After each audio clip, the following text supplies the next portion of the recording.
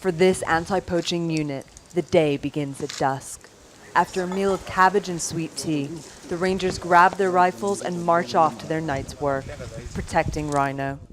Increasingly, as the tactics of poachers here in Kenya evolve, wildlife reserves are taking up arms to save their wildlife. Na bado inabidi uende uokoe mnyama.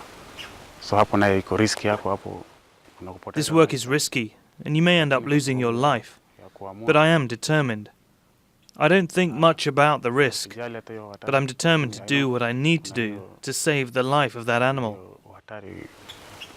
Lakini kwa sababu ya kujitolea inabidi nifanye hivyo ndio nijaribu kuokoa hiyo mnyama. Benson is part of a new Kenya Police Reservist anti-poaching team based out of Old Jogi Ranch to protect the approximately 65 rhino living here, in addition to elephant, leopard, and other wildlife. In May, a ranger was shot dead here by poachers.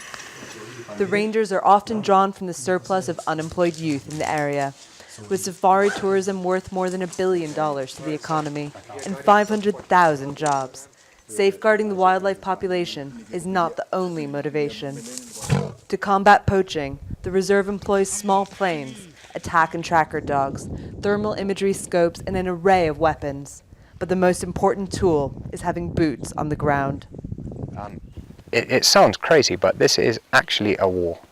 It is organized crime on an international level, and it's completely out of control. And these are the guys frontline who are having to put their lives at risk in order to protect these animals. So this guy was... Poachers killed 4 rhino here just last month, in the deadliest attack Kenya has faced in over 25 years, bringing the number of rhinos killed by poachers so far this year to 22, compared to a total of 59 last year. There are now just over 1,000 of the animals left in Kenya.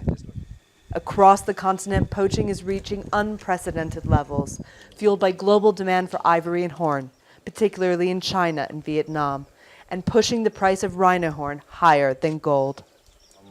If the rhino go, in my opinion, what's next? The elephant, buffalo? Where does it stop? There's always going to be a market for something. If it's not rhino horn, it'll be meat poaching, whatever. I think you've got to make a stand. But here on the front line, protecting Kenya's wildlife is becoming an increasingly dangerous and expensive task.